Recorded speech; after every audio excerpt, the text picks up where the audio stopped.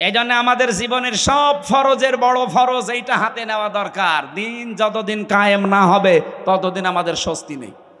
এটা কারো কাছে যদি রাজনীতি মনে হয়, হ্যাঁ এটাই আমাদের রাজনীতি। এটা যদি কারো কাছে মনে হয় যে এটা ধর্ম ব্যবসা, হ্যাঁ এটাই আমার ধর্ম ব্যবসা। কারো কাছে যদি মনে হয় এটা দুনিয়ার কাজ, হ্যাঁ এটাই আমার দুনিয়ার কাজ। আল্লাহ পাক এই কোরআনকে পাঠিয়েছেন এই পৃথিবীর ময়দানে সবচাইতে উঁচু জায়গায় রাখার জন্যে। আর বাংলাদেশে সবচাইতে উঁচু জায়গা এখন সংসদ। এক কথা বলছেন না? আমরা চাই এই কোরআন সংসদে যাক। অধ্যাপক মুজিবুর রহমানের মতো মাত্র 300 এমপির 151 জন যদি সামনে এই নির্বাচনে কোরআন বুকে নিয়ে যেতে পারে, এটা উপরে উঠে যাবে। কি এই কথা বলে না কেন? 300 জন লাগবে না, মাত্র 151 জন অধ্যাপক মুজিবুর রহমান আমরা চাই, যারা কোরআন বুকে নিয়ে যেতে পারবে। আর সংসদের প্রথম অধিবেশনে তারা বিল আনবে। মাননীয় স্পিকার, আমরা নামাজের আর যাকাতের বিল চাই। উনি যখন বলবে হাত তোলেন, 151 জন যদি হাত তুলে ফেলে, ওই দিন নামাজটা কায়েম হয়ে যাবে দেশে, যাকাতটা সরকারিভাবে কায়েম হয়ে যাবে। তখন আর নামাজের ওয়াজ, যাকাতের ওয়াজ করা লাগবে না। ভালো কাজগুলো সব আইন পাশের মাধ্যমে চালু হয়ে যাবে। অন্যায় কাজ, অবৈধ কাজ সব আইন পাশ করে বন্ধ করে দেওয়া হবে। সূরা হজের এই 40-41 নাম্বার আয়াতে 4টা কর্মসূচি আছে। আমরা চাই মানুষের শান্তি, স্বস্তি, নিরাপত্তা, জুলুম থেকে বাঁচার জন্য এই 4টা কাজ রাষ্ট্রীয়ভাবে জারি হোক। 54 বছরে যারা গেছে জারি করে নাই, এবার যারা যাবে তারা যেন করে, সেই ব্যবস্থা করে দেওয়ার দায়িত্ব ফেরেশতাদের। কাদের? বলেন বলেন। আমি যে আয়াতের শেষ অংশ পড়েছিলাম এই সংক্রান্তই আমি এসেছি এবার জায়গা মতো। আল্লাহ পাক বলেন, কাবুর আলাল মুশরিকিনা মা তাদউহুম ইলাই। আমি এই কমিশনের এটা বাদ দিয়ে দিলাম। আমি একটা শিক্ষা দিতে চেয়েছিলাম, আমার মনে হয় আপনারা বুঝে ফেলেছেন যে দেহ আমার, সিদ্ধান্ত আমার, এটা আল্লাহর সাথে শিরিক। কারণ দেহ আমার না, সিদ্ধান্ত আমার না। দেহ আল্লাহ বানিয়েছে, সিদ্ধান্তও তার। ওটা সূরা আরাফের 54 নম্বর আয়াতের মাঝের অংশে আছে। আপনি বাড়ি যেয়ে তাফসীরে দেখে নিন। আমার আয়াত হচ্ছে সূরা শুআরা, সূরা শুআরার 13 নম্বর আয়াতের শেষের অংশ। আমরা যদি সত্যি এই দেশে 151 জনকে সংসদে পাঠাতে চাই যারা বুকে কোরআন নিয়ে প্রবেশ করবে, এই কথা শুনলে সবচাইতে বেশি রাগ করবে মুশরিকরা। এই জন্য কাবুর আলাল মুশরিকিনা মা তাদউহুম ইলাই। হে নবী, আপনি যেদিকে ডাকতেছেন মানুষকে, যান আকিমুদ্দিন, যেটা অধ্যাপক সাহেব পড়ছিলেন, নামাজের মতো, রোজার মতো, যাকাত দেওয়ার মতোই ফরজ হচ্ছে আল্লাহর এই জমিনে আল্লাহর বিধানটা কায়েম করা। এই পৃথিবীতে যত নবী আল্লাহ পাঠিয়েছেন, শুধু 2 জন নবী বাদ দিয়ে প্রত্যেক নবীর উপরে তাদের আসল মিশন আর ভিশন ছিল এইটা, আনাকিমুদ্দিন ওয়ালা তাতাফাররাকু ফি। দিন কায়েম করো, কোনো ফতোয়াবাজি করবা না। এ বাংলাদেশে এরকম একটা পরিবেশ তৈরি হচ্ছে, দল মত, জাতি, বর্ণ, ধর্ম নির্বিশেষে সবাই গোবিন্দ পরামানিকের মতো মানুষ বলছে এই দেশে ইসলাম কায়েম হলে আমরা সবচাইতে নিরাপদে থাকতে পারবো। আর আপনি কি বলছেন? কি সে একটা হিন্দু মানুষ যদি একথা বলতে পারে? সেদিন গাইবান্ধায় হিন্দু এক পুরোহিত, আপনারা দেখেছেন, আমিরে জামাতের আগে বক্তব্য দেওয়ার সময় বলেছে, এই দেশে যদি ইসলাম যায় ক্ষমতায়, এদেশের অন্যান্য ধর্মের মানুষেরা সবচাইতে বেশি নিরাপত্তায় থাকতে পারবে। তারা অলরেডি এখন বুঝে ফেলছে। এই জন্য আমাদের জীবনের সব ফরজের বড় ফরজ এইটা হাতে নেওয়া দরকার। দিন যতদিন কায়েম না হবে ততদিন আমাদের স্বস্তি নেই। এটা কারো কাছে যদি রাজনীতি মনে হয়, হ্যাঁ এটাই আমাদের রাজনীতি। এটা যদি কারো কাছে মনে হয় যে এটা ধর্ম ব্যবসা, হ্যাঁ এটাই আমার ধর্ম ব্যবসা। কারো কাছে যদি মনে হয় এটা দুনিয়ার কাজ, হ্যাঁ এটাই আমার দুনিয়ার কাজ। কারণ আমার এই কাজ দিয়ে আমি আখেরাত তৈরি করতে চাই। আমি একা না, আমার চাইতে বড় বড় যারা, আপনি তাকান, শারআ লাকুম মিনাদ-দ্বীন মা ওয়াসসা বিহি। ওয়াসসা মানে কি? শক্তিশালী উপদেশ। আল্লাহ বলেন শারআ লাকুম মিনাদ-দ্বীন, আমি নির্ধারিত করে দিয়েছি, নির্দিষ্ট করে দিয়েছি, নির্ধারণ করে দিয়েছি তোমাদের জন্যে আমার দিনকে। মা ওয়াসসা বিহি, শুধুমাত্র এতটুকু বলে আল্লাহ শেষ করে দেননি। আল্লাহ বলেন আমি শক্তিশালী উপদেশ দিয়েছি নূহকে, হে নবী আপনাকে দিলাম, যেমন মুসাকে, ঈসাকে, ইব্রাহিমকে একই নির্দেশ দিয়েছিলাম। আমি আয়াতের তাফসীর পড়তে গিয়ে দেখেছি এই পৃথিবীতে যত নবীকে আল্লাহ পাঠিয়েছিলেন এক একজন নবীর শরীয়ত ছিল আলাদা আলাদা, কিন্তু দিন ছিল এক। আমার কথা বোঝেন? পৃথিবীর যত নবীকে আল্লাহ পাঠালেন প্রত্যেকটি নবীর দিন ছিল এক, কিন্তু শরীয়ত আলাদা আলাদা। এটা বোঝাতে গিয়ে আমি তাফসীরে একটা উদাহরণ পেয়েছি। এই এদিকে তাকান, একজন বাড়িওয়ালা 5 জন কর্মচারী রেখেছে, এক একটা কর্মচারীর কাজ আলাদা আলাদা। মালিক কয়জন? আরো জোরে। কিন্তু কাজ যাদেরকে 5টা কর্মচারী আলাদা আলাদা দিয়েছে, প্রত্যেকটা অর্ডারের উপরে মালিকের যেহেতু হুকুম আছে, প্রত্যেকটা হুকুমের দাম আছে না নেই? তারা তো প্রত্যেকেই কাজ এক একজনকে এক একটা ভাগ করে দিয়েছে। কেউ বাজার করবে, কেউ বাড়ি ঘর ঝাড়ু দেবে, কেউ দারোয়ানিতে করবে। আল্লাহ পাক বলেন আমি মালিক, আমি দিন একটাই পাঠিয়েছি, কিন্তু এক এক নবীর শরীয়তে জীবন বিধানের ভেতরে আলাদা আলাদা নিয়ম দিয়েছিলাম। আমাদের নবী মুহাম্মদ রাসূলুল্লাহকে আল্লাহ যে শরীয়ত দিয়েছেন, আদমকে সে শরীয়ত দেয়নি। হযরত ঈসাকে যে শরীয়ত দিয়েছে, মুসাকে সেটা দেয়নি। কিন্তু লক্ষণীয় বিষয় একটা, যত নবী এসেছে দিন সবার কিন্তু এক ছিল, আর সবাইকে আল্লাহ নির্দেশ দিয়েছে আনাকিমুদ্দিন, দিন কায়েম করো।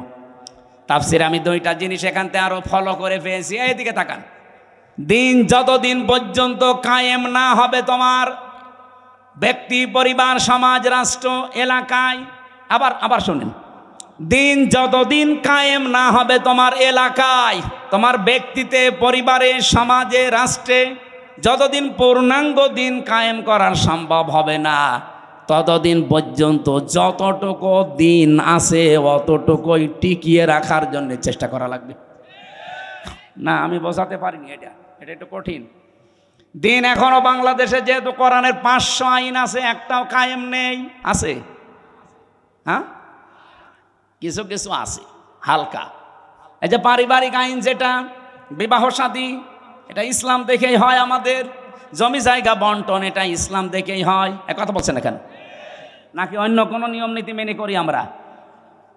হ্যাঁ, সে ব্যক্তিগত কিছু মানুষ আলাদা আলাদা করতে পারে, সেটা আলাদা, কিন্তু আমরা অধিকাংশ মানুষ অন্তত পারিবারিক জীবনী আইনগুলো এখনো আছে। তাহলে যতদিন পর্যন্ত পূর্ণাঙ্গ দিন এই দেশে কায়েম না হবে, ততদিন পর্যন্ত অন্তত যতটুকু দিন আছে এইটাকেই টিকিয়ে রাখার জন্য চেষ্টা করা লাগবে। পৃথিবীর মানচিত্র থেকে এই জঘন্যতম জাতি ইহুদিরা, ইসরায়েল রাষ্ট্র, এটা পৃথিবী থেকে হালাক হয়ে যাবে। এগুলো হওয়ার পেছনে আমি কোরআন থেকে একটা কারণ পেয়েছি। সূরা ইউনূস 100 নম্বর আয়াত, 11 নম্বর পারা, 19 নম্বর পৃষ্ঠা, 4 নম্বর লাইনে আছে, শেষের দিকে পাবেন। ওয়ায়াজআলুর রিজসা আলাল্লাযিনা লা ইয়াকিলুন। কোন মানুষ যদি তার বিবেক অনুযায়ী কাজ না করে, আবার বলেন, কোন মানুষ যদি বিবেক অনুযায়ী কাজ না করে, তাহলে তার উপরে আল্লাহ নিজে ভুল সিদ্ধান্ত চাপিয়ে দেয়। ওয়ায়াজআলুর রিজসা আলাল্লাযিনা লা ইয়াকিলুন। বিবেক, বুদ্ধি, কমন সেন্স, এটা অনুযায়ী যদি কেউ দুনিয়াতে কাজ না করে, তার উপরে ভুল সিদ্ধান্ত চাপিয়ে দেয় কে? এই লোকটা বিবেক বহির্ভূত কাজ করেছিল। 1940 সালে ওদেরকে থাকতে দিয়েছিল, আমরা যেমন রোহিঙ্গাদের থাকতে দিয়েছি, মানবতার খাতিরে ওদেরকে থাকতে দিয়েছিল। এই পৃথিবীর নিকৃষ্ট জাতি এখন এই ইহুদিরা, খালি গায় খালি পায়, তামাম দুনিয়ার কেউ নেয়নি। অথচ এই মানুষগুলোকে থাকতে দিয়ে এখন তারা কাল হয়ে দাঁড়িয়েছে। কি কথা বলে না কেন? যারা থাকতে দিল তাদেরকে এখন দেশ থেকে তাড়িয়ে দিচ্ছে। এই সিদ্ধান্তটা তার ভুল ছিল। এই মানুষগুলো বিবেক বহির্ভূত কাজ করার কারণে আল্লাহ এমন কিছু চাপিয়ে দিয়েছে যেটা এখন কন্ট্রোলের বাইরে। এদিকে তাকান, কোন দিকে তাকিয়ে আছেন আপনি? দ্বিতীয় নম্বরে আমাদের পাশের প্রতিবেশী নামে কলঙ্ক। সবাই খারাপ না, এখানে কিছু উগ্রপন্থী এতদিন যারা আমাদেরকে সারা বিশ্বের মোড়লদের কাছে জঙ্গি হিসাবে দেখাতে চেয়েছে, এখন তামাম দুনিয়ার সবচাইতে নিকৃষ্ট এবং বড় জঙ্গি ইন্ডিয়া। বিশেষ করে উগ্রপন্থী যারা, তারা, মোদি যেহেতু উগ্রপন্থী, এই জন্য নামও এসেছে পৃথিবীতে নিকৃষ্ট মানুষের তালিকায় 2 নম্বরে। আপনি এখন ইন্টারনেট সার্চ দেন, 6 জন মানুষের নাম পাবেন, দুনিয়ার সবাই তাদের ঘৃণা করে। 1 নম্বরে নেতানিয়াহু, 2 নম্বরে মোদি, 3 নম্বরে আমাদের যেটা পালিয়েছে, ওইটার নাম আমি বলি না, ওইটার নাম বললে আমার কেমন লাগে। বলেন এই মানুষগুলো কি শুধু আমরা খারাপ বলছি? তামাম দুনিয়া যত সৃষ্টি আল্লাহ করেছেন সব সৃষ্টি ওদের ঘৃণা করে, দেখতেই পারে না। ওরা আজ দাঙ্গা অলরেডি লাগিয়ে দিয়েছে। আপনি কি মনে করছেন ওটা তার কাটার ওপারে থাকবে? বাতাস এই দেশে আসলো বলে। এজন্য গোবিন্দ পরামানিক অলরেডি কাল পরশুদিন জানিয়েছে, হে পৃথিবীর হিন্দুরা, এ মাতাল লোকটাকে থামান, কারণ ও যা করছে এটা বিবেক বহির্ভূত কাজ। আমি আমার জায়গায় থাকবো, আমার সম্পদ নিয়ে, আমার জীবন ইজ্জত আবরু নিয়ে আমি না, ও সব এখন দখল করার চেষ্টায় আছে। আমাদের বাপ দাদা মুসলমান যারা, তারা হাজার হাজার বিঘা জমি জায়গা ওয়াকফ করে দিয়েছিল মসজিদ, মাদ্রাসা, খানকা, গোরস্থান, ঈদগার জন্য, অথচ এখন অবৈধ একটা আইন পাশ করে সব দখল করে নিচ্ছে। আর এমন শয়তানের শয়তান খালি মাটির নিচে মন্দির পায়।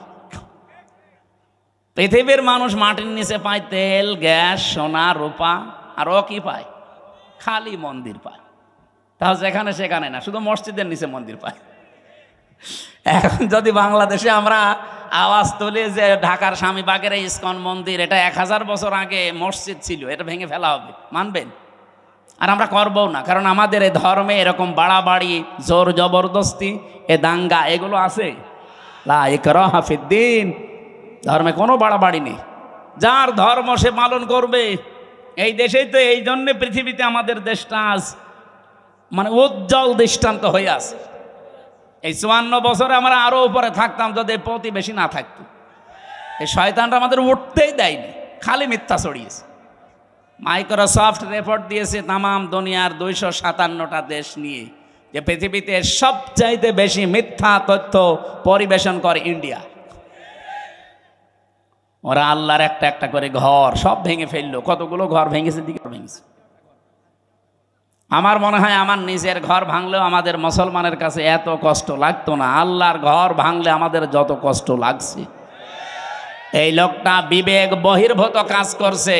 এই জন্য কোরআনের কথা ছিল, ওয়ায়াজালুর রিজসা আলাল্লাযিনা লা ইয়াকিলুন, যারা বিবেক বহির্ভূত কাজ করবে তার উপরে ভুল সিদ্ধান্ত চাপিয়ে দেবে কে? এই জন্য আপনারা ওকে থামান, নয়তো টুকরা টুকরা হতে কিন্তু দেরি হবে না। কে কথা বলে না কেন? এই 2টা দেশের কথা বলার পরে আমি একটা কথা বলতে চাই, যেহেতু সামনে এসেছে এই জন্য বলছি। বাংলাদেশে কালকের দিন পর একটা রায় আছে, 2টা বিষয়ের রায় একদিনে হতে পারে।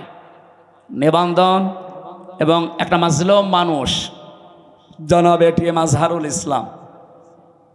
আমার মনে হয় যারাই দায়িত্বে আছেন বিবেক বহির্ভূত কোনো কাজ করবেন না। যদি বিবেকের বাইরে যে কোনো কাজ করেন, রাগে হোক আর কারো ইশারায় হোক, ভুল সিদ্ধান্ত কিন্তু আল্লাহ চাপিয়ে দেবে, তখন আর সামাল দিতে পারবেন না। কারণ এই দেশের মানুষ অলরেডি তাদের দেওয়ালে পিঠ থেকে গেছে বারবার এই তারিখ পেছাতে পেছাতে। আর মামলার তারিখ পেছালে যে কেমন লাগে, আমি তো এই 3 বছরে টের পেয়েছি। আমার মামলাটা কমপক্ষে 30 বার সিএমএম কোর্ট, জজ কোর্ট, হাইকোর্ট মিলে 30 বার উঠেছে। যেদিন ওঠে মনে করলাম যাক আজকে বের হতে পারবো। ও আল্লাহ, বিকালবেলা সংবাদ আসেছে না, হয়নি, আবার 1-1.5 মাস পেছিয়েছে। এই সময় যে কি কষ্ট লাগে, যারা জেলে থাকে তারা ছাড়া এ ওয়াজ করে বোঝানো যাবে না। অত কয়বার ঘোলার এলে লোকটাকে বারবার ঘোরাচ্ছে। এমনকি 6 তারিখে ডেট দিয়ে এখন আবার ফের 8 তারিখে। আমার মনে হচ্ছে এরা যদি বিবেক বহির্ভূত কাজ এবার করে না, এবার সামাল এরা দিতে পারবে না। আমার কথা আমি সবাইকে জানাচ্ছি, আগামী 8 তারিখে, কালকের দিন পর, আমরা চাই এই মাজলুম মানুষটাকে নিঃশর্তভাবে খালাস করে দেওয়া হোক। এই মাজলুম মানুষটা বেকার 13 বছর জেলে আছে। যে সমস্ত সাক্ষী, এগুলো পৃথিবীর 8ম আশ্চর্য বিষয়। 6.5 কিলোমিটার দূর থেকে নাকি সাক্ষী দিয়েছে, 3 কিলোমিটার। কেউ 2.5 কিলোমিটার। ওর চোখে কি শকুনের চোখ লাগানো ছিল? তাও তো সম্ভব না। এই জন্যে বাঙালিকে আর হাইকোর্ট দেখাবেন না। বিবেক বহির্ভূত কোনো কাজ যেন এদেশে আর না হয়। আমি 318 পৃষ্ঠা পড়লাম এই 3 দিনে। এই যে নারী কমিশন যেটা জমা দিয়েছে, এর ভেতরে প্রায় কোরআনের 13টা আয়াতের ওরা ভুল ধরিস। আরে 13টা আয়াত কেন, 13টা অক্ষরও তো বাদ দেওয়া কোরআন থেকে সম্ভব না। কি কথা বলেন না কেন?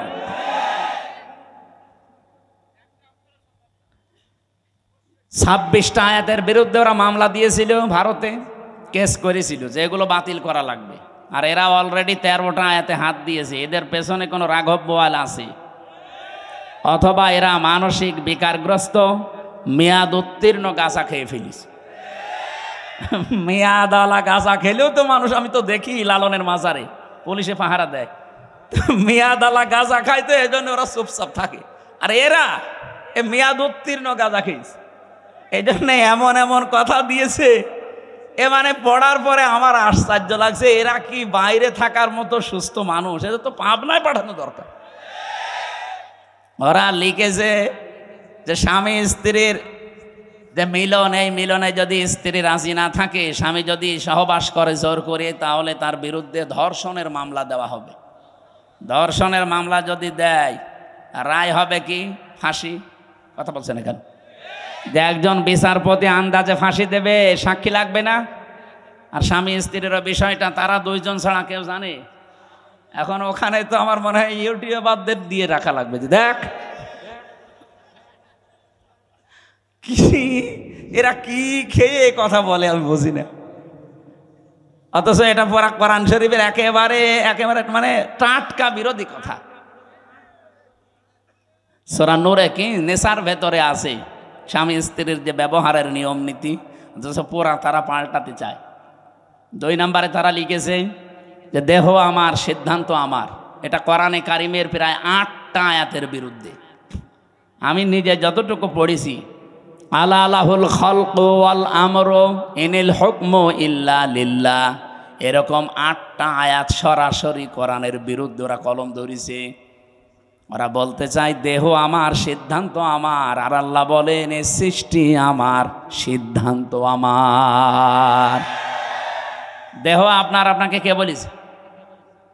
আপনি এ দেহের মালিক।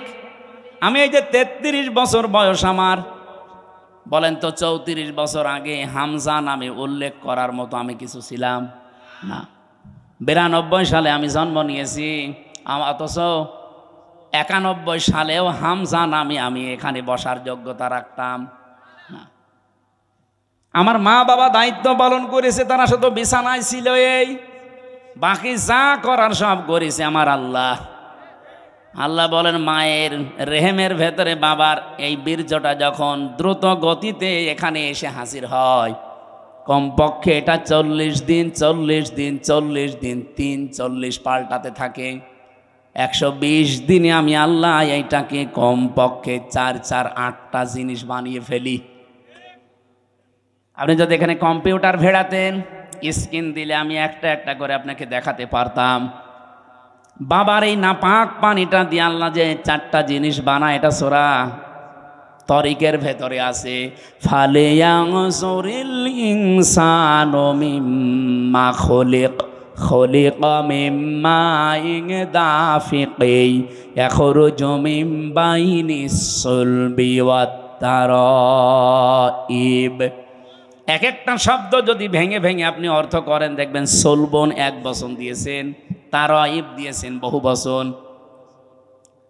আমি এটা বাইবেল, কোরআন এবং সায়েন্স, ডক্টর মরিস বোকাইলের লেখা এ আয়াতের তাফসির পড়তে গিয়ে উনি খুব সুন্দর করে বিজ্ঞানের ব্যাখ্যা দিয়েছেন।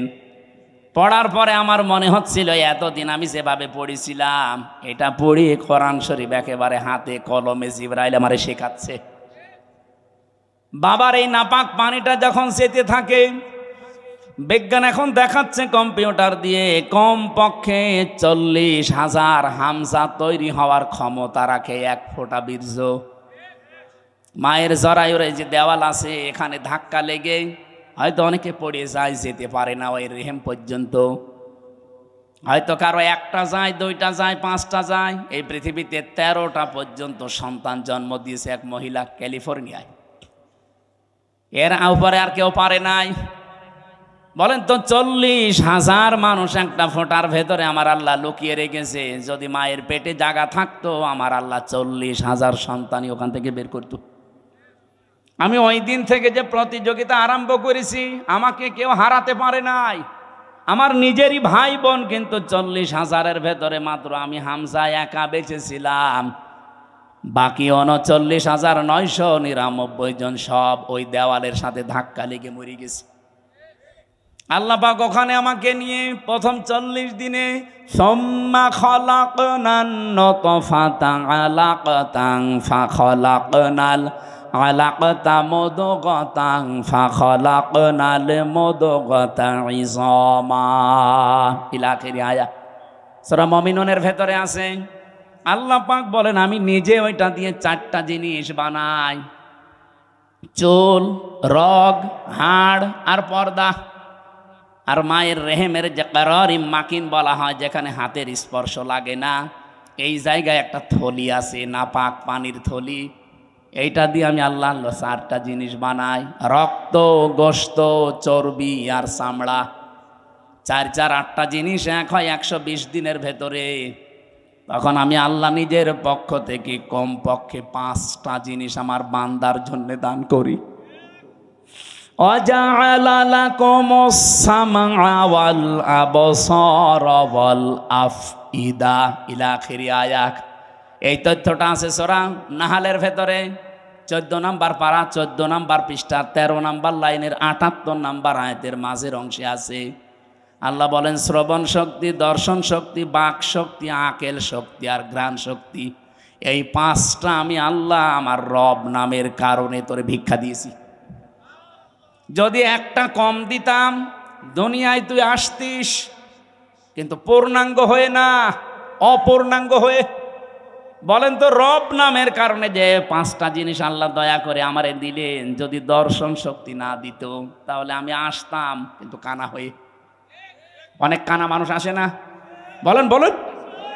আল্লাহ পাক যদি বাক শক্তি না দিত, কথা বলা, তাহলে আমি আসতাম কিন্তু বোবা হয়ে। আমাকে যদি আল্লাহ শ্রবণ শক্তি না দিত আমি আসতাম কিন্তু কালা হয়ে। যদি আকেল শক্তিটা না দিত আসতাম কিন্তু পাগল হয়ে। অনেক পাগল আসে না? তখন আমাকে স্বাভাবিকভাবে স্টেজে ওঠা দূরের কথা, প্রধান অতিথি, বিশেষ অতিথি, ওসি সাহেব দূরের কথা, মানুষ বলতো নাম, এখান থেকে কানা, পাগল। স্টেজের ধারে পাশেও পাগল কানারে আসতে দিত। একটুখানি এই জায়গায় নিজেকে নিয়ে ভাবেন আল্লাহ কি দয়া আপনার উপরে করলেন। এই জন্য মানুষের ওই দুর্বল জায়গায় আল্লাহ পুরা কোরআনে যেখানেই উনি ইঙ্গিত দিয়েছেন, এমন শব্দ ব্যবহার করেছেন যেটা আল্লাহরও বিশ্বাস হতে চায় না। সূরা বাকারার 27 নম্বর আয়াতে দেখবেন, 28 নম্বর আয়াত, আল্লাহ রাব্বুল আলামিন বলেন কাইফা তাকফুরুনা বিল্লাহি ওয়া কুনতুম আমওয়াতান ফাআহইয়াকুম সুম্মা ইউমীতুকুম সুম্মা ইউহয়ীকুম সুম্মা ইলাইহি তুরজাউন। মানুষ আমার সাথে নাফরমানি করে কি করে? আমার বিধান মানতে চায় না, ও এত সাহস পায় কি করে? এই জন্য আল্লাহ শব্দ শুরু করার আগে কাইফা দিয়েছেন। এখানে যারা আরবি গ্রামার বোঝে, যারা বালাগাত মানতে পড়ায়, ওদের জিজ্ঞাসা করেন কাইফা শব্দটা কমপক্ষে 29টা অর্থে ব্যবহার হয়। আমি সামারাইজ করে 19টা অর্থে পেয়েছি। এর ভেতরে 13 নম্বর একটা কায়দা বালাগাত মান থেকে আছে। কাইফা শব্দ সেন্টেন্সের আগে ব্যবহার করা হয় এই জন্যে যেটা আল্লাহরও বিশ্বাস হতে চায় না। আল্লাহ বলেন কাইফা তাকফুরুনা বিল্লাহ, মানুষ আমার সাথে নাফরমানি করে, কুফরি করে, আমার বিধান মানতে চায় না। কেমন করে? অথচ মৃত ছিল, ওকে আমি জীবন দিয়েছি। আল্লাহরও বিশ্বাস হচ্ছে না যে লোকটা আমার সাথে কুফরি করতে পারে, এখানে শব্দ দিয়েছেন কাইফা। এজন্য মানুষ আমরা যখন কুফরি করি, আল্লাহর নিয়ামতের শুকরিয়া আদায় না করে নাফরমানি করি, তখন আল্লাহ আশ্চর্য হয়ে থাকে যে কি এও আমার সাথে নাফরমানি করতে পারে, অথচ কি ছিল? মৃত ছিল। বলেন বলেন। ওখান থেকে আমি আল্লাহ 6 মাসের পরে ওরে জীবন দিলাম। বিজ্ঞান এখন দেখাচ্ছে মানুষের মায়ের পেটে 6 মাসের আগে পর্যন্ত কিন্তু জীবন দেওয়া হয় না। এর আগে বিভিন্ন স্ট্রাকচার তৈরি করা হয়। 360টা হাড় দিয়েছেন আল্লাহ, জোড়া দিয়েছেন, 9768 প্রকার চামড়া দিয়েছেন শরীরে। এক এক জায়গার চামড়ার গুণাগুণ এক এক রকম। কমপক্ষে আপনার বিভিন্ন জায়গায় যে চামড়াগুলো আছে, চামড়ার সাথে এমন কিছু সেট করা আছে, এই যে শুধু এই চামড়াটুকুতে 153টা রগ দেওয়া আছে, রেখা। পৃথিবীর আজ পর্যন্ত কোনো মানুষের এই জায়গাটা একজন আর একজনের সাথে মেলে নাই, কিয়ামতের আগে মিলবেও না। 153টা রেখা যদি কেটেও যায়, আপনার দেখবেন ঠিক হয়ে যাবে। আমার এই জায়গাটায় ছোটবেলায় একবার কাজ ঢুকে নষ্ট হয়ে গিয়েছিল। আমি পরে সাপ নিয়ে দেখেছিলাম যে না, ঠিক হচ্ছে না। কিছুদিন পরে দেখি আগেরটায় আবার ফিরে গেছে। তাহলে এইটা কিয়ামতের আগ পর্যন্ত আমার সাথে 153টা রেখার কারো মিলছে না, মিলবেও না। এর পেছনে একটা শক্তি কাজ করছে, তিনি কে? শুধুমাত্র জহব্বা বানিয়েছেন আল্লাহ। এই যে জহব্বা বলা হয় জিবা, বিজ্ঞান এখন এই জহব্বা নিয়ে গবেষণা করে জানিয়েছে এর ভেতরে কমপক্ষে 2 কোটি আস্বাদন স্তর আছে, স্বাদ নেওয়ার স্তর আছে। এই পৃথিবীতে যত বড় রেস্টুরেন্ট হোক, রেস্তোরাঁ হোক, হোটেল হোক, 2 কোটি খাবার রান্না হওয়ার কোনো হোটেল আপনি পেয়েছেন?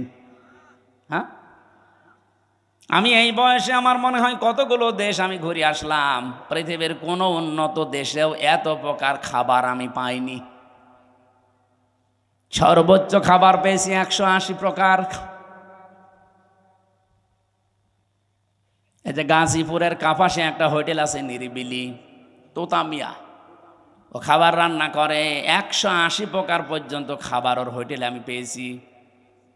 ও একটা মাহফিল নিয়েছিল, বললাম খাবার দেন তো, কি কি আছে দেখি। এটা কি? বলছে কাঁঠালের পাতা ভর্তা। কাঁঠালের পাতা ভর্তা বলে, এও একটা তরকারি, আর এইটা বাঁশের পাতা ভর্তা। মানে সারা দুনিয়া কুড়িয়ে মাত্র 180 প্রকার, আর আমার জহব্বার ভেতরে আল্লাহ স্বাদ নেওয়ার স্তর দিয়েছেন কত? 2 কোটি। কিয়ামত পর্যন্ত দিলেও তো স্বাদের স্তর শেষ হবে না। এই স্তরটা আল্লাহ দেয় কখন? বিজ্ঞান এখন জানাচ্ছে কমপক্ষে যখন 6 মাস হয়ে যায়, 6 মাসের পরে তখন আপনার ভেতরে আল্লাহর রুহু দেয়। এটা আল্লাহর সিদ্ধান্ত। রুহু কি?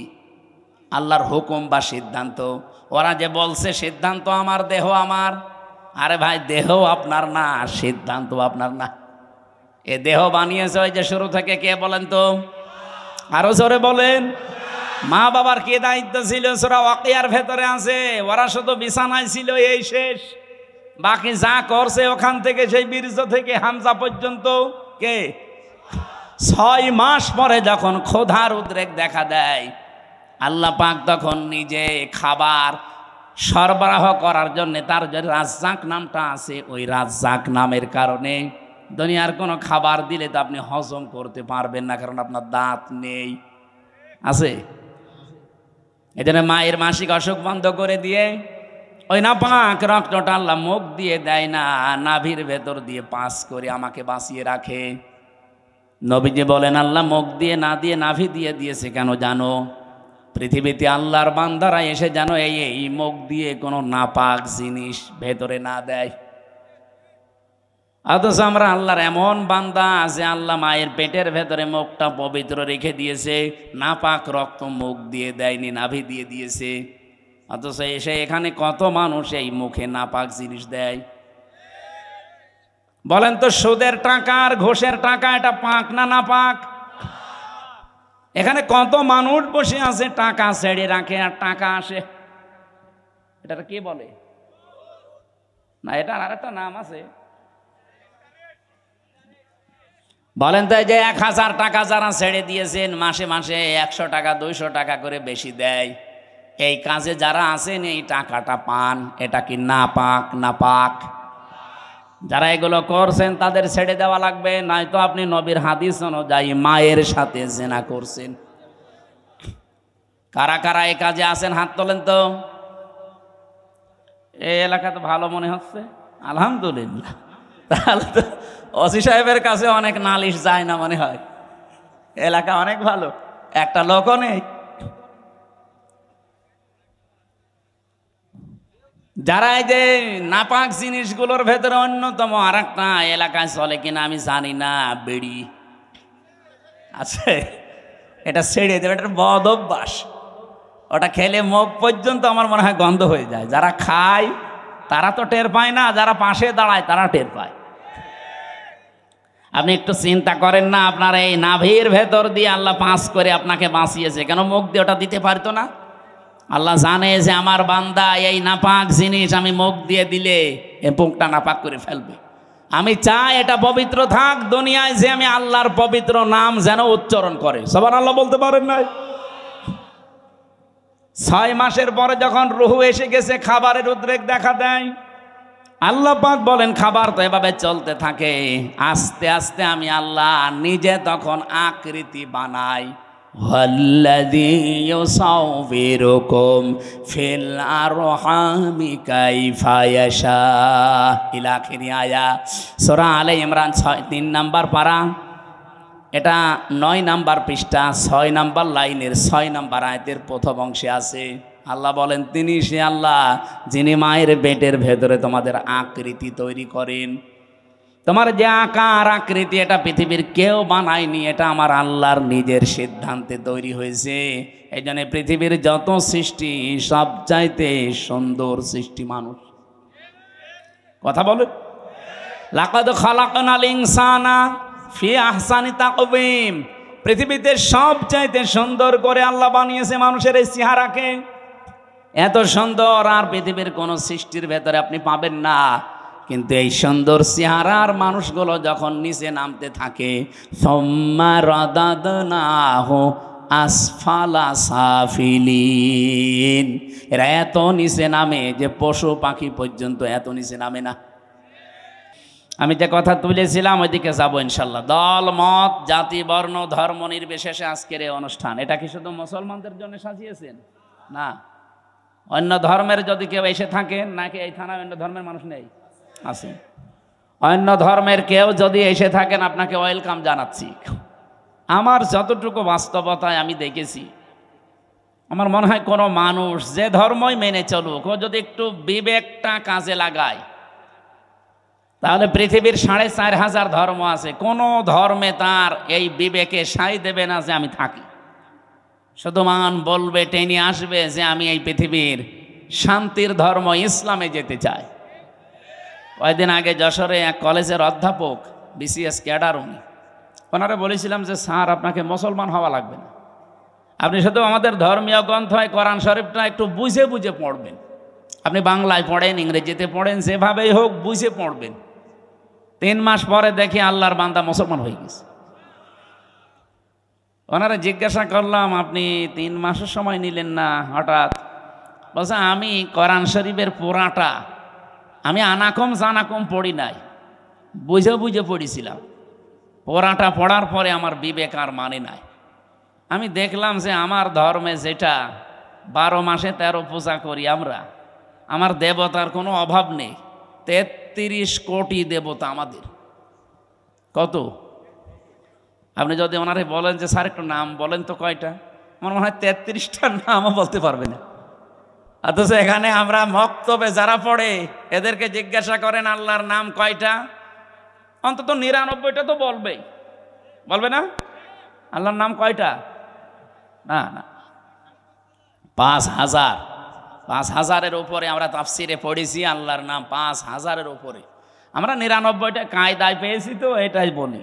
এইটাও অন্তত যারা মক্তবে 1-1.5 বছর 2 বছর পড়ে, ওদের একেবারে ঠোঁটস্থ থাকে, মুখস্থ না, ঠোঁটের আগায়।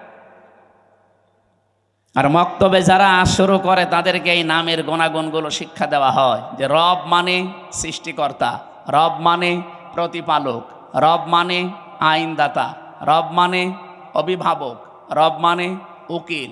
19টা অর্থ কমপক্ষে শেখানো হয়। যারা মক্তবে পড়ান তারা অবশ্যই জানেন আল্লাহর প্রত্যেকটি নামের গুণাগুণ তাকে বোঝানো হয় যে সামনে এরকম কিছু আসবে তোমার জীবনে। আল্লাহ রাব্বুল আলামিন কোরআনে কারিমে জানিয়েছেন সিবগাতাল্লাহ ওয়া মান আহসানু মিনাল্লাহি সিবগাতা ওয়া নাহনু লাহু আবিদুন। আমার রঙে রঙিন হও, আমার চাইতে উত্তম রং পৃথিবীতে আর কারো আছে? আল্লাহর রং কি? কালো, সাদা, কি? এই যে নামগুলো নিয়েছেন, এই নামগুলোর বৈশিষ্ট্য আমাদের ভেতরে আল্লাহ দেখতে চান। আমার আল্লাহর নাম হচ্ছে খালেক, তিনি সৃষ্টিকর্তা। তিনি কি? বলেন বলেন। তিনি শুধুমাত্র সৃষ্টি করেন এতটুকু না, সূরা মরিয়ম কি তহার ভেতরে আছে তিনি সৃষ্টি করার পরে ওই সৃষ্টি চলতে যা লাগে ওই পথটা তিনি শুধু দেখাতে পারেন, অন্য কেউ পারে না। যেন এখান থেকে একটা বিষয় আমরা আপনাকে এখানে রেকর্ড হচ্ছে, তো সারা দুনিয়া যাচ্ছে এখন, এটা অলরেডি লাইভ চলছে। সারা পৃথিবীর যারাই দেখেন আল্লাহকে, যারা রব সৃষ্টিকর্তা এই শব্দে বিশ্বাস করে, তাদের জীবনে এই শিরকটা যেন না আসে যে সৃষ্টিকর্তা অন্য কেউ হতে পারে। আমরা দুঃখজনক হলেও সত্য যেহেতু বলা লাগছে, আমাদের যিনি পালিয়ে গেল উনি একবার বলেছিলেন যে এই ফসলে বরকত হওয়ার পর বলেছিলেন মা দুর্গা গজে চড়ে এসেছে, এই জন্য ফসলে বরকত হয়েছে। ফসলে বরকত সৃষ্টি করে কি আল্লাহ না দুর্গা? অন্য হিন্দু যদি বলতো আমি জীবনে কিছু বলতামই না, সে একটা হাজি মানুষ। এরপর একজন মুসলমান বলেন তো ওনার মুখে এই কথা মানায়? আল্লাহর যেই গুণ, আপনি সেই গুণটা কার ভেতরে দিয়ে দিচ্ছেন, একটু টের পাচ্ছেন না যে কি বলছেন আপনি? এই জন্য শিরিক যারা করে ওই এলাকাকে আল্লাহ রাব্বুল আলামিন নিরাপত্তার বেষ্টনীর বাইরে ফেলে দেন। এই জন্য আমরা চাই আমাদের ব্যক্তি, পরিবার, সমাজ, রাষ্ট্র, আমাদের এই দেশটা নিরাপত্তা দিয়ে রাখুক চীন, ভারত, আমেরিকা, কে? আমরা আল্লাহর নিরাপত্তা চাই। যেন আল্লাহর পক্ষ থেকে যদি সত্যি আপনি নিরাপত্তার বেষ্টনীতে থাকতে চান, ঈমান যতটুকু আছে এটার ভেতরে যেন শিরিক মিশ্রণ না হয়। শিরিক কি? আল্লাহ যেটা পারে ওইটা অন্য কেউ পারে, এই বিশ্বাস করার নাম শিরিক। কি কথা বলেন? পৃথিবীতে আল্লাহ যেটা অন্তত পারে ওইটা অন্য কেউ পারে না। যদি কেউ বিশ্বাস করে না আমার এই ভগবানও পারে, এমনকি আমার এই পীর সাহেবও পারে, আপনি কিন্তু শিরিক করে ফেলেছেন। আর শিরিক করলে আপনি মুশরিক। কি বলেন?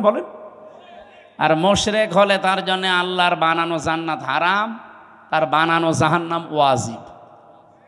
আমরা তো জাতিকে বাঁচাতে চাই অন্তত জাহান্নাম থেকে, আর জাহান্নাম যদি নাও পায় আল্লাহ যেন জান্নাতের একটু বারান্দায়ও জায়গা দেয়। কি কথা বলেন না কেন?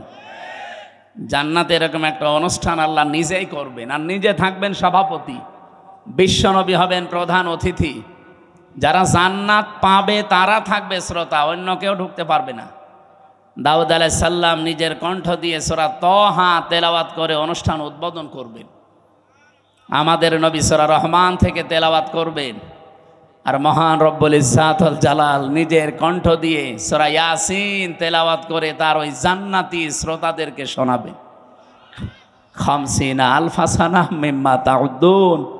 আমরা 1 2 3 করে যেভাবে গণনা করি, জান্নাতে আল্লাহর কুদরতের কণ্ঠে এক একটা আয়াত শুনতে সময় লাগবে 50,000 বছর।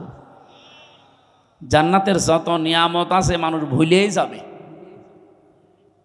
আমাদের কপালে আছে কিনা আমরা জানি না, তবে আমরা আশা করতে পারি আল্লাহ যেন ওই ময়দানে আমাদের শ্রোতা হিসাবে একটু জায়গা করে দেন।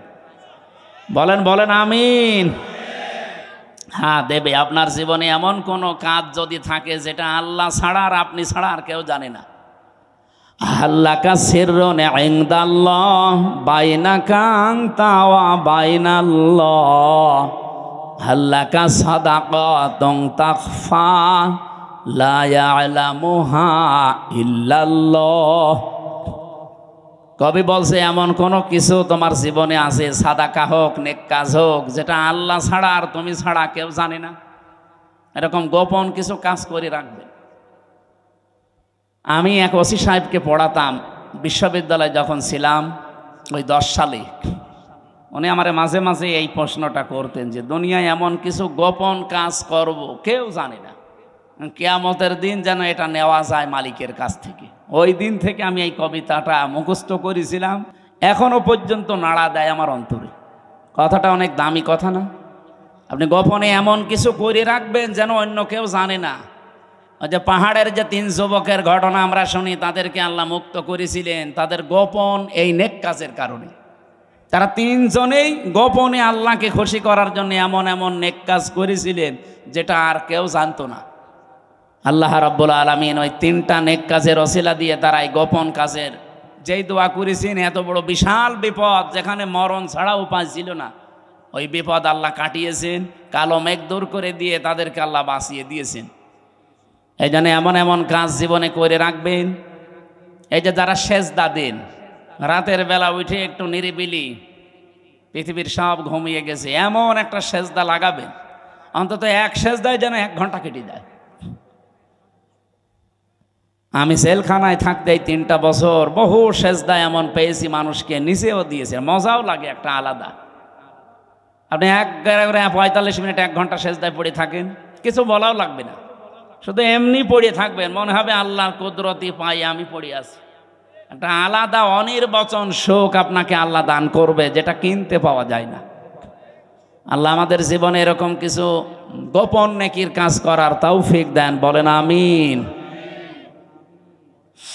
আমার ভাইরা, আমার যে কথা তোলার ছিল আমি তুলেছি। আমাদের ঈমান আমরা শিরিক মুক্ত করতে চাই। নিরাপত্তা দেওয়ার একচ্ছত্র মালিকানা আমার আল্লাহর। পৃথিবীর কারো নিরাপত্তা নিয়ে মানুষ স্বস্তি শান্তিতে থাকতে পারে না যতক্ষণ আল্লাহ নিরাপত্তা না দেয়। কি কথা বলেন? কত মানুষদের নিরাপত্তা দেওয়ার জন্য এগিয়ে আসতেছে না।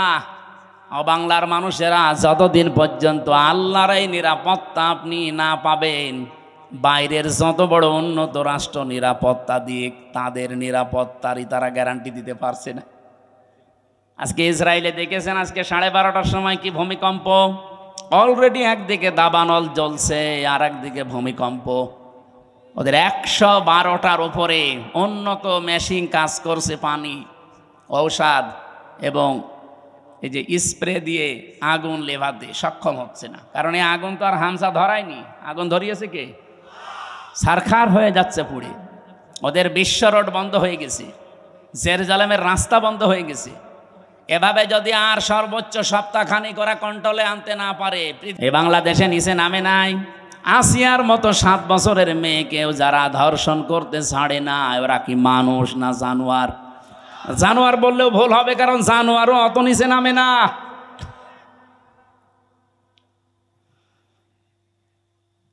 কোরআনে কারিমের সূরা এটা বানি ইসরাইলের ৭০ নম্বর আয়াতের প্রথম অংশে আছে, 15 নম্বর পারা 8 নম্বর পৃষ্ঠার 1ম নাম্বার লাইনে আছে। এটা আমি শিক্ষা দেওয়ার জন্য বলছি।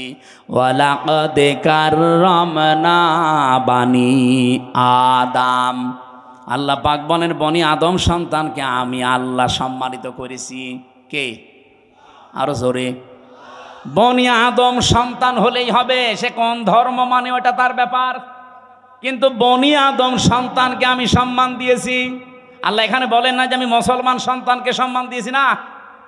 বনি আদম সন্তান যারা মানুষ পদবাচ্চা বিবেচিত যারা, তাদের সম্মান দিয়েছে কে?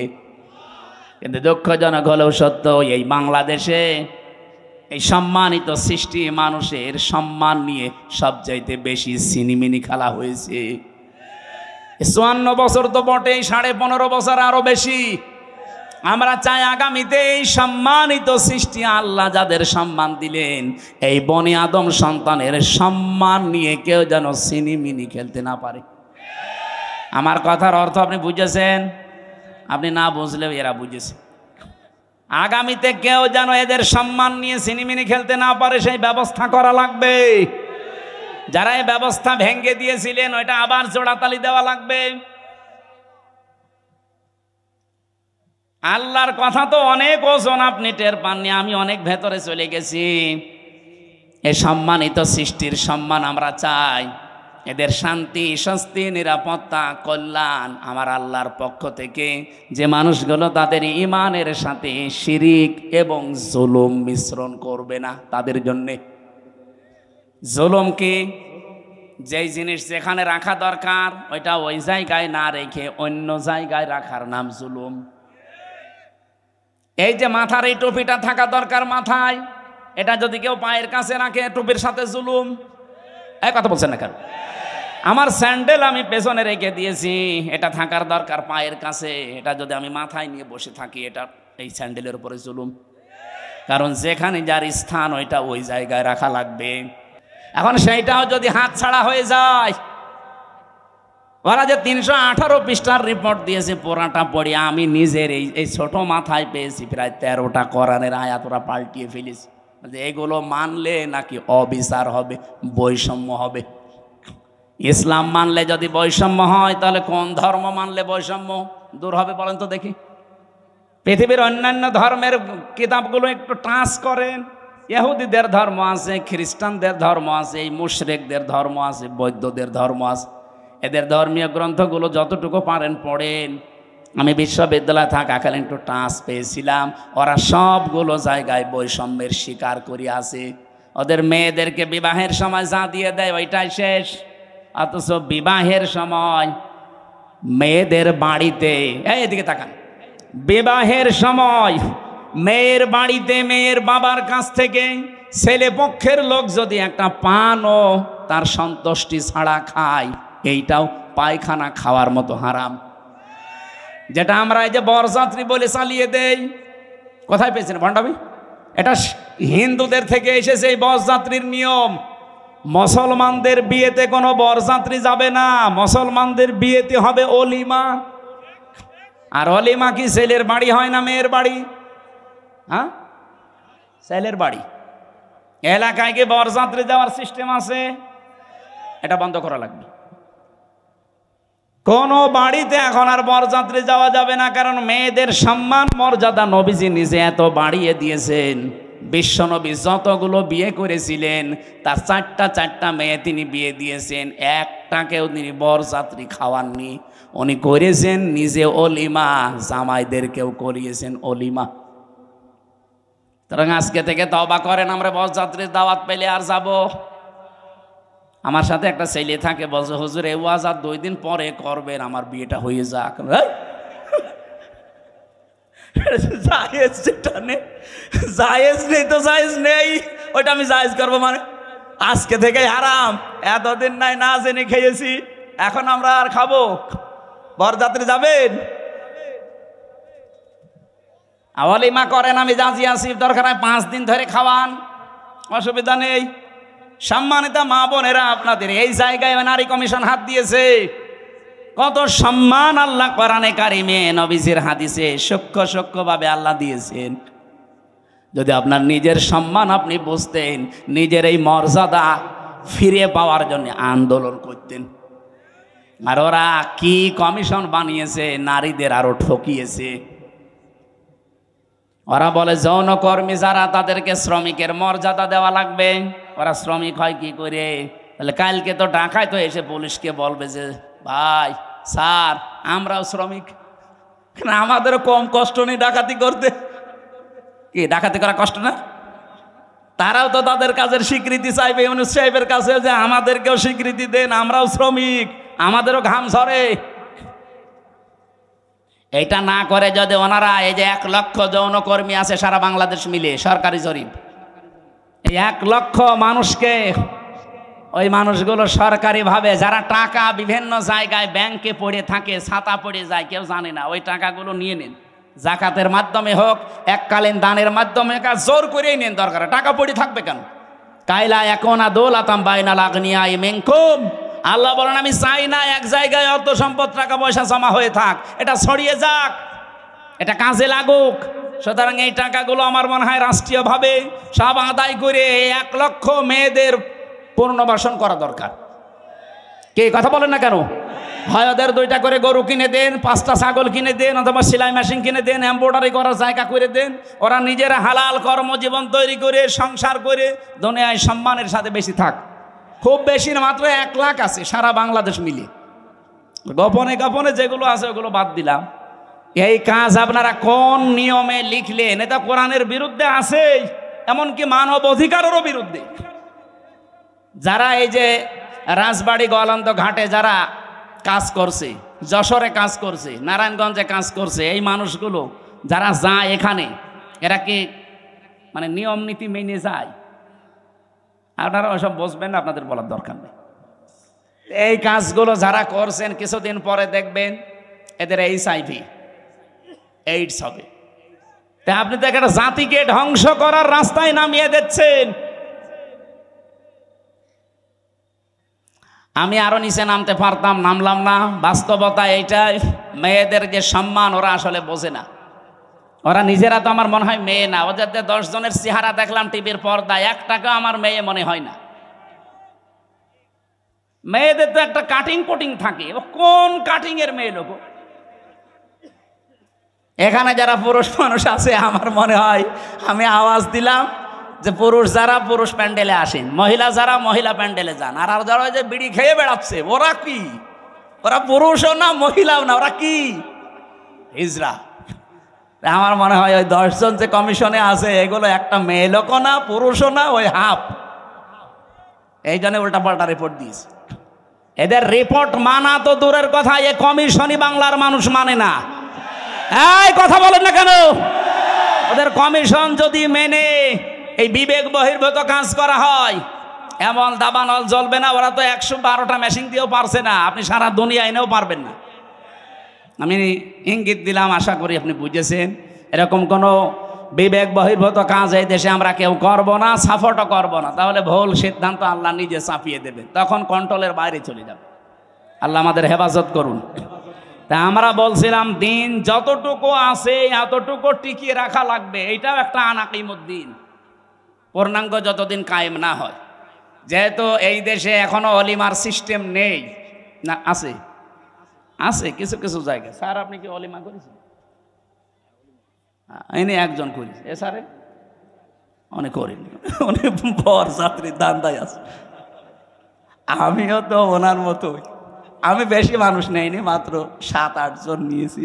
শ্বশুরকে বলেছি দরকার হয় 170 জন খাওয়িয়ে দেবো। এই সময় তো বুঝতাম না। না, আমরা এখন যেহেতু বুঝে ফেলেছি এই সিস্টেম, এখন মেয়ের বাপের ওপরে জুলুম বন্ধ করা লাগবে। এখন থেকে আমার অলিমা শুরু হবে। বরযাত্রী খাওয়া কি জায়েজ নেই।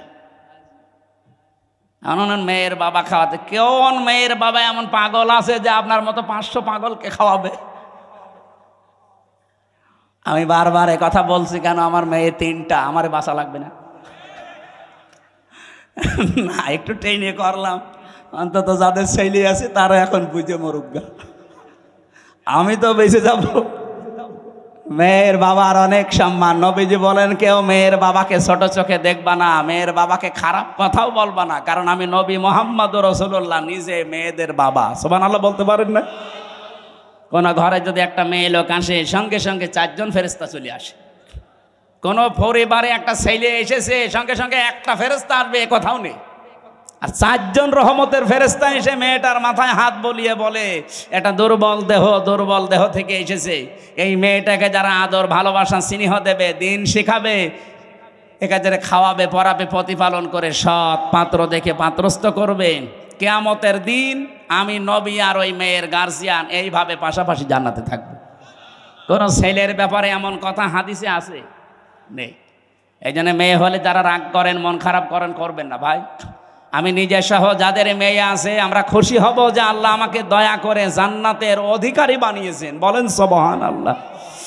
বিশ্বনবী জানিয়েছেন যার একটা মেয়ে তার একটা জান্নাত, যার 2টা মেয়ে তার 2টা জান্নাত, যার 3টা মেয়ে আল্লাহ তাকে 3টা জান্নাতের অধিকারী বানিয়ে দিয়েছেন। আল্লাহ আমাদের মেয়ে যাদেরকে দিয়েছেন এই মেয়েগুলো যেন জান্নাতে যাওয়ার মাধ্যম হয়। বলেন আমিন। কিন্তু শর্ত কয়টা? প্রথমে তাকে ভালোবাসা লাগবে, 2 নম্বরে তাকে খাবার দাবারের যে ব্যবস্থা, তার পেছনে খরচের যে ব্যবস্থা, এটা করা লাগবে। 3 নম্বরে তাকে দিন শেখানো লাগবে এই পরিমাণ যতটুকু করতে পারলে সে চলতে পারে। 4 নম্বরে তাকে সৎ পাত্র দেখে পাত্রস্থ করা লাগবে। এই 4টা কাজ যদি কোনো মেয়ের গার্জিয়ান, বাবা হোক বড় ভাই হোক, এরা যদি করতে পারে, কিয়ামতের দিন নবীজি বলেন আমি নিজে পাশাপাশি তাকে জান্নাতে ডেকে নেব, এবং যেই দিন থেকে মেয়ে ওর বাড়িতে আসবে ওই দিন থেকে কিয়ামত পর্যন্ত আল্লাহর রহমত তার সাথে থাকবে। নবীজি কিন্তু দুনিয়া পর্যন্ত শেষ করেননি যে রহমত শুধু দুনিয়ায় পাবে, ইলা ইয়াউমিল কিয়ামাহ। এই মেয়ে যেই দিন ওর বাড়িতে এসেছে ওই দিন থেকে আল্লাহর রহমতের একটা দৃষ্টি তার উপরে থাকবে, ওই দিন থেকে কিয়ামত পর্যন্ত আল্লাহর দয়া ওই গার্জিয়ানের উপরে থাকবে। আল্লাহ সেই দয়ার ভেতরে আমাদেরকেও শামিল করেন, বলেন আমিন। যে কথা তুলেছিলাম, যেহেতু দিন এখনো পরিপূর্ণ কায়েম নেই, যতটুকু আছে এগুলো টিকিয়ে রাখার জন্য 5 ওয়াক্ত নামাজ কায়েম নেই রাষ্ট্রে। আমরা নিজেরা অন্তত যারা পড়ি না, আরম্ভ করেন। ব্যক্তিগত জীবনে, পারিবারিক জীবন পর্যন্ত একটু ঠিক করেন। ওয়ামুর আহলাকা বিসসালাতি ওয়াসতাবির আলাইহা লা নাসআলুকা রিজকা নাহনু নারযুকুকা ওয়াল আকিবাতু লিত্তাকওয়া। সূরা তাহার 132 নম্বর আয়াতে আছে, হে নবী নিজে নামাজ পড়েন। যেহেতু এখনো কায়েম করতে পারেননি, নিজে নামাজ পড়েন। পরিবারস্থ লোক যারা আছে তাদেরকেও নামাজের তাকিদ দেন। আমি আল্লাহ আপনার কাছে রিজিক চাই না, বরং আমি আল্লাহ আপনাকে রিজিক দেই, আর শুভ পরিণাম অপেক্ষা করছে আমার মুত্তাকি বান্দাদের জন্যে। এজন্য দিন যেহেতু এখন আমরা কায়েম করতে পারি নাই, বা পূর্ণাঙ্গভাবে যতটুকু আছে এতটুকু টিকিয়ে রাখার চেষ্টা করা ফরজ। আর এই কথাগুলো বললে সব চাইতে মন খারাপ হবে, খারাপ লাগবে যারা শিরিক করে বেড়ায়, যাদের ইমানের ভেতরে শিরিক আছে, যারা মুশরিক তারা। আল্লাহ পাক বলেন, আল্লাহু ইয়াজতাবি ইলাইহি মাইয়াশা। আল্লাহর দিন আল্লাহর জমিনে কায়েম করার জন্য সবাইকে আল্লাহ নির্বাচিত করবে না, আল্লাহ সবাইকে পছন্দও করবে না, সবাইকে আল্লাহ বাছাইও করবে না। ইয়াজতাবি শব্দের শাব্দিক অর্থ হচ্ছে নির্বাচিত করা, বাছাই করা, নির্ধারণ করা, পছন্দ করা। আল্লাহ শুধু পছন্দ করবে তাকে, ওয়াহদি ইলাইহি মাইয়ুনিব, যেই লোকটা আল্লাহর দিকে মন থেকে ফিরে আসতে চায়। সুতরাং আজকে থেকে আপনি আল্লাহর বিধানের দিকে মন থেকে ফিরে আসার চেষ্টা করেন, আপনাকেও আল্লাহ দিন কায়েমের কর্মী বানিয়ে দেবে ইনশাআল্লাহ। আল্লাহ আমি সহ যারা এসেছি এই জমিনে দিন কায়েমের একজন কর্মী হিসাবে দায়িত্ব পালন করা আল্লাহ যে কবুল করবেন, তাদের সাথে আমাদেরকেও যেন পছন্দ করেন, বলেন আমিন। আরও জোরে বলছি আমিন। মেয়েরা যারা এসেছেন, সম্মানিত মা বোনেরা, জেলে থাকা অবস্থায় আমি কয়েকটা বই লিখেছিলাম মেয়েদের ওপরে। তার ভেতরে একটা আছে এই যে এটা, দাম্পত্য জীবনের সমস্যা এবং তার সমাধান কি হবে। কারণ এই 3 বছরে আমি একটা জিনিস পেয়েছি, 100 জনের প্রায় 70 জন জেল খাটতেছে তার বর কারণে। হয় যৌতুকের মামলা, অথবা এই যে নারী নির্যাতনের মামলা, যে কোনো, আমার মনে হয় ছাত্রদের কাছে এরকম মামলায় বেশি যায়, হয় জমি জায়গা নয় মেয়ে লোক। এই বইটা নিজের বউকে পড়াবেন, মেয়েকে পড়াবেন, 120 পৃষ্ঠা আছে। দাম্পত্য জীবনের কলহ এবং তার সমাধান এই বইটার ভেতরে পাবেন। আর একটা আছে শুধুমাত্র পুরুষের জন্য, পুরুষ মানুষ সংসারে কি কি কাজ করবে দাম্পত্য জীবনে, এটাও একটু নিয়েছেন যদি থাকে। আর একটা আদর্শ নারী আছে, মেয়েদের আদর্শ কোন কোন মহিলা হবে। এই যে যারা কমিশন বানিয়েছে এরা আপনার আদর্শ না, কারা হবে এর ভেতরে 6 জনের জীবনী দেওয়া আছে। আর এটা সৃষ্টি জগৎ নিয়ে লেখা, আমি যেভাবে তথ্য দিচ্ছিলাম এখান থেকে দিয়েছি। এটা শুধু শিক্ষিত মানুষদের জন্যে। গাড়িতে পাওয়া যাবে, যাওয়ার সময় নিয়েছেন, স্যারকে দিয়ে দিন। আমি আমি আমি আজকের মতো আর পারছি না, আজকের মতো শেষ করে দিলাম। আল্লাহুম্মা আমিন। লা ইলাহা ইল্লা আনতা সুবহানাকা ইন্নী কুনতু মিনাজ জালিমিন।